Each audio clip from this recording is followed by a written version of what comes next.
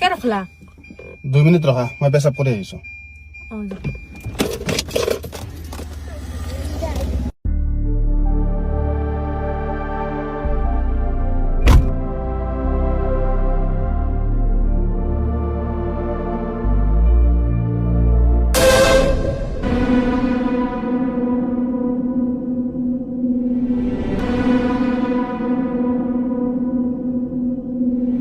is কালি প্ৰিয়াৰ message কেইটা delete কৰিব পাৰি গেলো না দেখাই পেলাক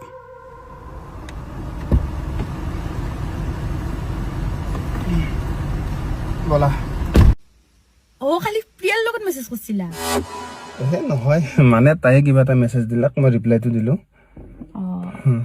একো নহয় দে মেছেজ কিনো আৰু বাপৰে কাইজাই লাগব বুলি ভাবিছিলো কালি পাৰ্চেল কেইটা লৈ ল'বা দি তাৰ পিছত দি আছো তোক